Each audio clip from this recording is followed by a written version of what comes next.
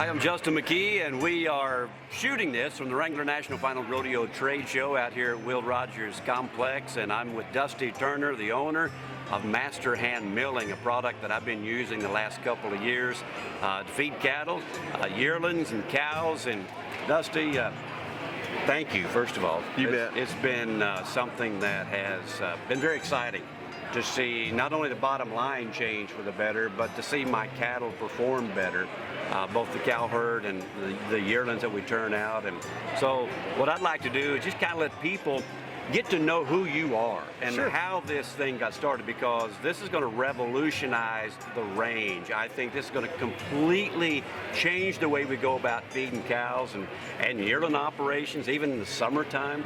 We'll get into that later, but how did it all get started? Yeah, so it's kind of ironic that really my background was really destined me to be here, and where we're using 100% dried distiller's grain delivered to the ranch. It's a product that's tried and true. You know, we've fed it for 15 or 20 years in these mixed rations and in commercial settings and grow yards. And where I grew up on a ranch, I had been in the commercial cattle feeding business, run a 70,000 head feed yard, knew the value of distillers in a mixed ration, but intuitively when I put a group of people together and we built 2 ethanol plants in Southwest Kansas, and I learned firsthand how to make distiller's grain and what the value is. I knew if I could get it in a form that we could deliver it to the ranch, it'd be the first time ever to deliver the purest form of energy out there to the ranch. When did you know that DDG was the purest form of energy? And is it ironic too that it is gold colored? Yeah, it is kind of ironic. You know, everybody is comfortable feeding corn, right? Yeah. Well, in an ethanol plant, it's real simple. You got a bushel of corn. A third of it, which is the starch, goes to fuel alcohol. Another third goes to CO2. So all of those nutrients that are highly, highly digestible, highly palatable, concentrated protein, concentrated fat, which is energy, is what we're after as stocker, yearling, and cow-calf producers. Starch, there's no spot for starch on the ranch. Leave it up to the commercial cattle feeders to put the starch in them to produce marbling. Our job is to produce frame and muscle and bone. And not only that, but I'm excited to talk about what you're seeing in terms of bone growth and muscle growth in the feed yard to some animals that have already had their rumen conditioned with DDG on the ranch. I see this is perhaps the most exciting part of this story. Yeah. Well, you know, when my wife and I, you know, committed to this process, it was a big commitment because I started at nights and weekends, working every minute of every day to keep the ethanol plants running. But I just knew if we could make this happen, it was going to change everything, and we did. And we've finished 2 years of trials now with Oklahoma State, and this year I purchased the cattle off a trial and put them on feed up in northwest Oklahoma. And Justin, I was thinking too small. Like I was wanting to get feed and take it to the ranch, but we are on the brink of changing ranchers' lives. And I have in my mind, based off of the data, because we have shown through ultrasound performance, the more we feed them, the bigger the ribeye, and maintain the same intermuscular fat, the same fat thickness, everything's the same, with a stress score being as low as ever. And would it not be cool to come up with the first time ever formula-based feeder cattle grid that gets that producer actually part of that value of that carcass and not just what the market is today? There's a lot of possibilities from what I've seen. I've seen. So here's the deal. Let's just simplify it for people who maybe are not into the cattle feeding business, fattening cattle. Talk about when DDG came along and changed the feedlot business. Yeah. So as an example, probably the best way for me to tell it is a true life example of what happened to me. I was running a 75,000 head feed yard. We had 8 rations that we felt like we had to step them up through. We were using cottonseed pellets, sun meal, anything, any protein we could use, because you got to have some natural type of protein supplement.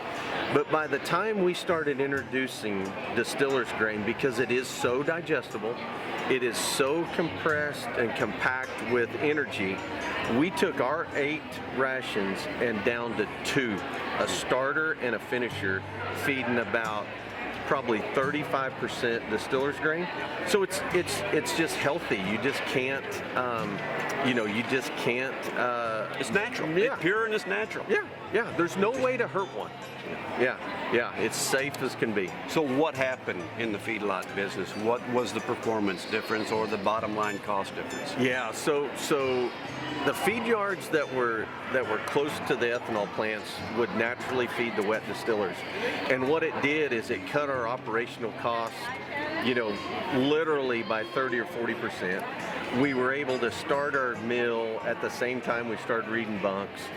Our health just became, night and day. And I'm a huge proponent of VAC 45, but we messed up as an industry by not having the right nutrition to go along with the right vaccination program. And now we can couple both of those together, and you can, for the first time ever, create an animal that is advantageous for the cattle feeder, for the buyer, and for the rancher. Nobody has to win and somebody has to lose. It's complete win-win from this point forward.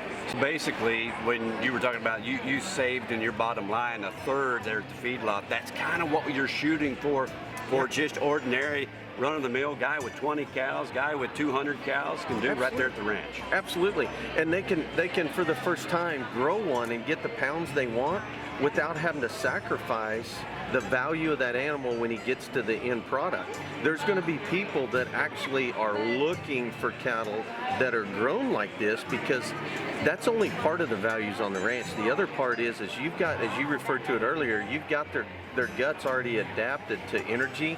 The bugs are, ignited, and they hit that feed yard and go right to town.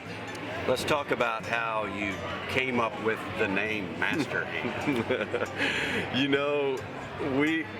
Amy and I have always been very, my wife have been very faith-based, and I truly believe that the only reason that I'm sitting here today and obviously getting to work with you, which is a great joy, is the Master had his hand in my life all along.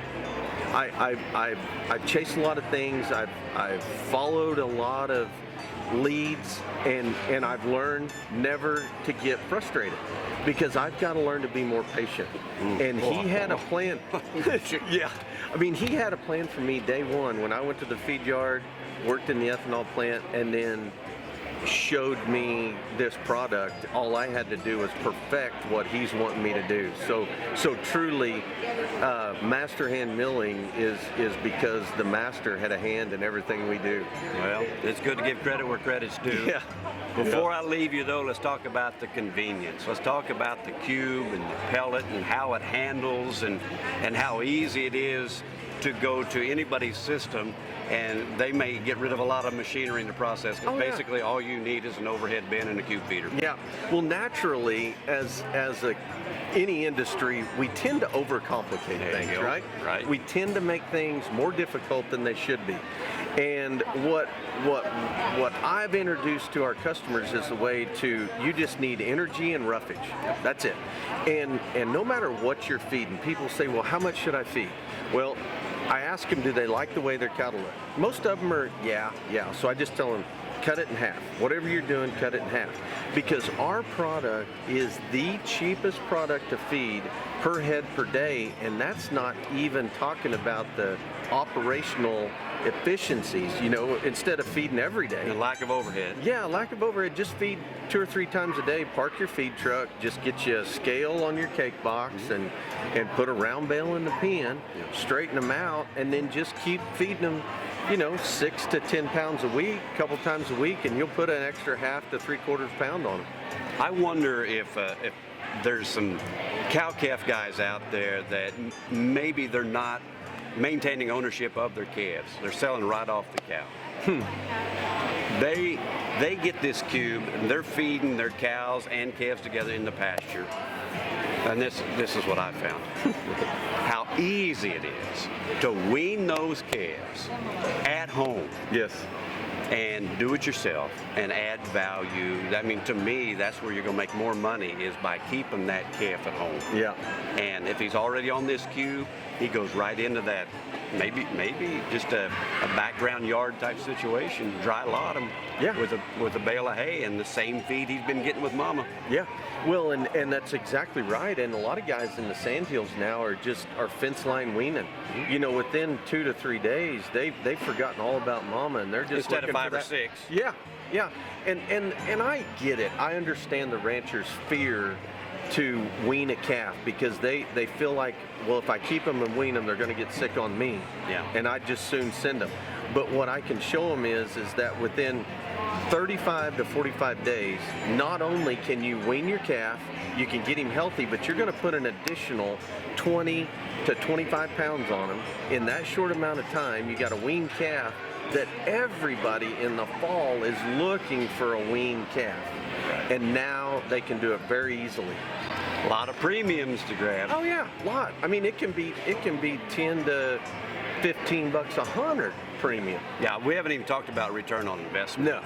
No, not at all. And on paper, that might be the most impressive part of this whole Absolutely. idea. Yeah, the stocker and yearling side of our business is the one that really excites me, because the cow-calf thing, you can show reduced cost, and I can show them how they feed less. But what I really like on the stocker side is if they'll spend 20 bucks per head in 120 days, I can show that on a $1.28 weight that they can put $50 net in their pocket in 120 days. That's better than Las Vegas any day of the week. Well, that's better than any conventional Yeah. type of hope. I mean, realistic. Oh, yeah. I mean, that's all you can hope for Yeah. in today's climate. That's right. But you know, we're getting a lot of interest. We're expanding our business. You know, one of the biggest challenges I think Amy and I have ahead of us is this thing's getting bigger than her and I. It really is. And our challenge is, and my commitment to our team is to keep that family owned, that feeling of culture that we have today. Even though we're gonna take this thing and scale and grow nationally, we are dedicated to keeping that family feel, because I think that's what people like. I think they like dealing with people like them. Good stuff. Yep. Appreciate you. You bet. Thank you, sir.